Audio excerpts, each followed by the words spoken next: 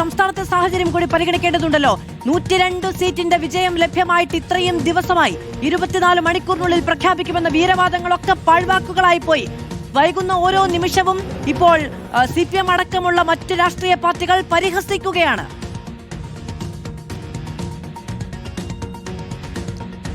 മാധു, കോൺഗ്രസിന്റെ parliamentary party ലീഡറെ എല്ലാ കാലത്തും വിശദമായ ചർച്ചകൾക്കൊടുവിലാണ് തീരുമാനിക്കാറുള്ളത്.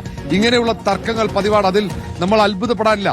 പക്ഷേ ഇതിൽ ഏറ്റവും പ്രധാനപ്പെട്ട കാര്യം ഇത്രയും ഭൂരിപക്ഷം ലഭിച്ചിട്ടും ഇങ്ങനെ ഒരു തീരുമാനമെടുക്കാൻ കഴിയുന്നില്ല എന്നുള്ളതാണ്. സാധാരണഗതിയിൽ പ്രതിപക്ഷ നേതാവ് അല്ലെങ്കിൽ ആ ഘട്ടത്തിൽ ഏതെങ്കിലും ഒരു പ്രധാനപ്പെട്ട നേതാവ് മാത്രമായിരിക്കും ഉണ്ടാകാറുള്ളത്. പക്ഷേ ഈ തവണ അങ്ങനെയല്ല. ഇത്തവണ ഒരു തുടർ ഭരണം വന്ന സാഹചര്യത്തിലാണ് 3 നേതാക്കൾ അവിടെ അവകാശവാദവുമായി രംഗത്തെത്തിയത്. അതുകൊണ്ട് തന്നെയാണ് അതിൽ ഒരാശയക്കുഴപ്പം വന്നത്.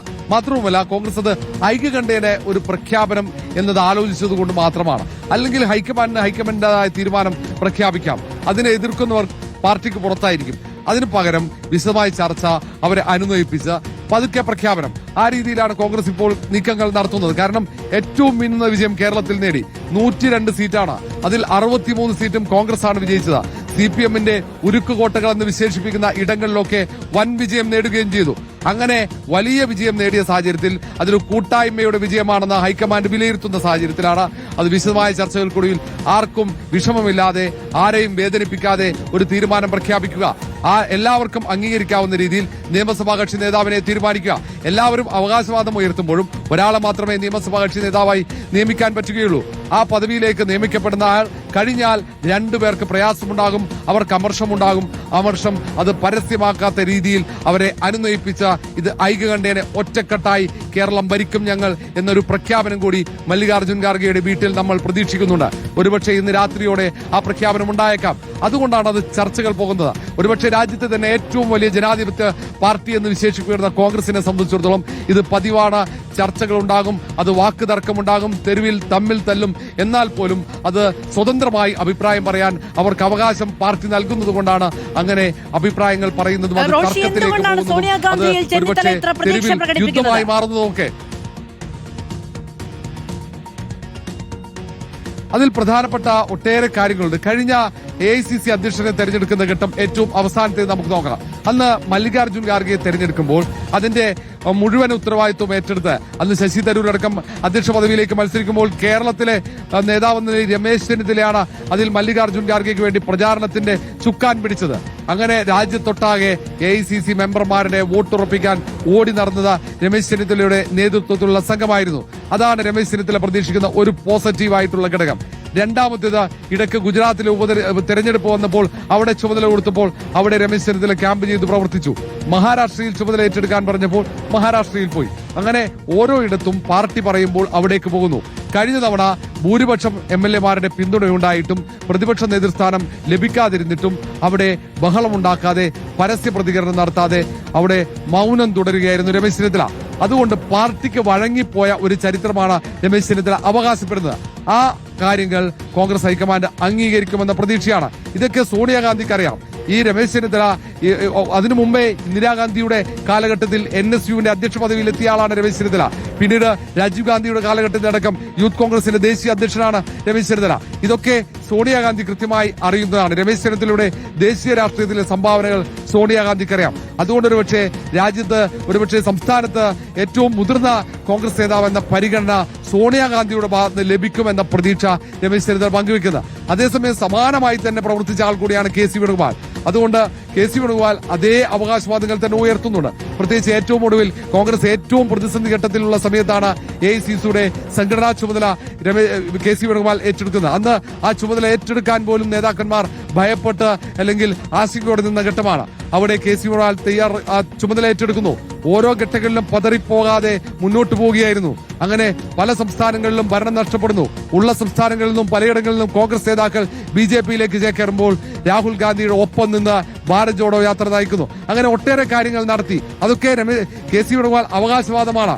രാഹുൽ ഗാന്ധിക്കൊപ്പം ചേർന്ന് നിന്ന് പാർട്ടി കെട്ടിപ്പടുക്കാൻ, ഇന്ത്യ സഖ്യത്തെ വളർത്തി വലുതാക്കാൻ, 100 സീറ്റിലേക്കെങ്കിലും കോൺഗ്രസിനെ എത്തിക്കാനൊക്കെ നടത്തിയ സംഭാവനകൾ. തന്ത്രപരമായ നീക്കങ്ങളിലൂടെ കർണാടകയിൽ ഭരണം തിരിച്ചുപിടിക്കുന്നു. അങ്ങനെ ഹിമാചൽ പ്രദേശ് തെലങ്കാനയിൽ ഭരണം പിടിക്കുന്നു. ഇതിലൊക്കെ നൽകിയ സംഭാവനകൾ, ഇടയിൽ ഛത്തീസ്ഗഡും രാജസ്ഥാനിലും ഭരണം പോയെങ്കിൽ പോലും മറ്റിടങ്ങളിൽ ഭരണം പിടിക്കുകയും ഇന്ത്യ സഖ്യത്തെ മുന്നോട്ട് കൊണ്ടുപോയി BJPക്ക് വെല്ലുവിളി ഉയർത്തുന്ന രീതിയിലേക്ക് ഈ സഖ്യത്തെ വളർത്തിക്കൊണ്ടുവരുന്നതിൽ നിർണായക പങ്ക് KC വേണുഗോപാൽ വഹിച്ചു എന്ന വാദമാണ് KC അനുകൂലിക്കുന്നവർ ഉയർത്തുന്നത്. എല്ലാ ഘട്ടത്തിലും പാർട്ടിക്ക് വഴങ്ങി, പാർട്ടി പറയുന്നതിനനുസരിച്ച് പ്രവർത്തിച്ചു. ഊണും ഉറക്കവുമില്ലാതെ പാർട്ടിക്ക് വേണ്ടി രാജ്യത്ത് ഓടി നടന്നിട്ടുണ്ട് KC വേണുഗോപാൽ എന്ന വാദമാണ് അവിടെ ഉയർത്തുന്നത്. KC വേണുഗോപാലിന്റെ അനുകൂലമായ ഒരു തീരുമാനം മുന്നോട്ട് വെച്ചിട്ടുണ്ടെങ്കിൽ അത് സോണിയാഗാന്ധിയുടെ ആശീർവാദത്തോടു കൂടി തന്നെ ആയിരിക്കില്ലേ? അതിൽ ഇനി മറ്റൊരു ചർച്ച, അതിനെന്തെങ്കിലും സാധ്യതയുണ്ടോ?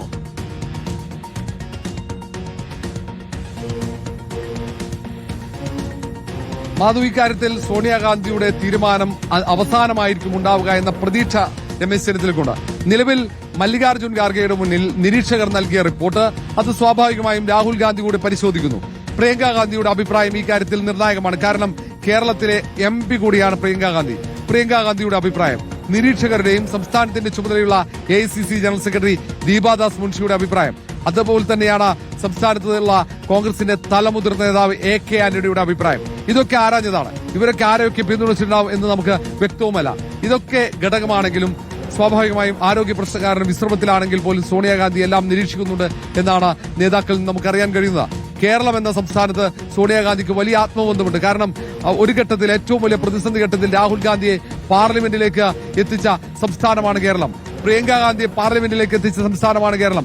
അതുകൊണ്ട് കേരളവുമായി അഭേദ്യമായ ഒരു ആത്മബന്ധം എല്ലാ കാലത്തും സോണിയാഗാന്ധിക്കുണ്ട്. അതുകൊണ്ട് സോണിയാഗാന്ധി കേരളത്തിന്റെ പാർലമെന്ററി പാർട്ടി നിയമസഭാ കക്ഷി നേതാവിനെ തെരഞ്ഞെടുക്കുന്നതിൽ ഒരു അന്തിമ അഭിപ്രായം പറയുമെന്ന പ്രതീക്ഷ അവിടെ രമേശ് ചെന്നിത്തലയ്ക്കുണ്ട്. ഒരുപക്ഷെ KC വേണുഗോപാലിനെ അനുകൂലിച്ചുകൊണ്ടുള്ള തീരുമാനം ഹൈക്കമാൻഡ് എടുക്കുമ്പോൾ അതിന് സോണിയാഗാന്ധി പച്ചക്കൊടി കാണിക്കാം. പക്ഷേ ചെന്നിത്തല ഇപ്പോഴും പ്രതീക്ഷിക്കുന്നത് അത് സോണിയാഗാന്ധിയുടെ മുന്നിലേക്ക് എത്തുമ്പോൾ തന്റെ പഴയകാല പ്രവർത്തന പാരമ്പര്യം, താൻ രാജീവ് ഗാന്ധിയുടെ ഒപ്പം പ്രവർത്തിച്ച കാലം, താൻ ഇന്ദിരാഗാന്ധിയുടെ നിർദ്ദേശപ്രകാരം വിദ്യാർത്ഥി വിഭാഗത്തിന്റെ ദേശീയ ചുമതല ഏറ്റെടുത്ത കാലഘട്ടം, അന്ന് പാർട്ടിക്ക് ദേശീയ തലത്തിൽ താൻ നൽകിയ സംഭാവനകൾ എല്ലാം അത് സോണിയാഗാന്ധിക്ക് അറിയാം. എല്ലാം സോണിയാഗാന്ധി മനസ്സിലാക്കി തനിക്ക് അനുകൂലമായ നിലപാടെടുക്കുമെന്ന് രമേശ് ചെന്നിത്തലയും പ്രതീക്ഷിക്കുന്നു. പക്ഷേ മല്ലികാർജുൻ ഖാർഗെയുടെ വസതി, എന്റെ പിന്നിൽ കാണുന്ന ആ വസതിയിൽ അവിടെ ഏറ്റവും സുപ്രധാനമായ ചർച്ച നടക്കുകയാണ്.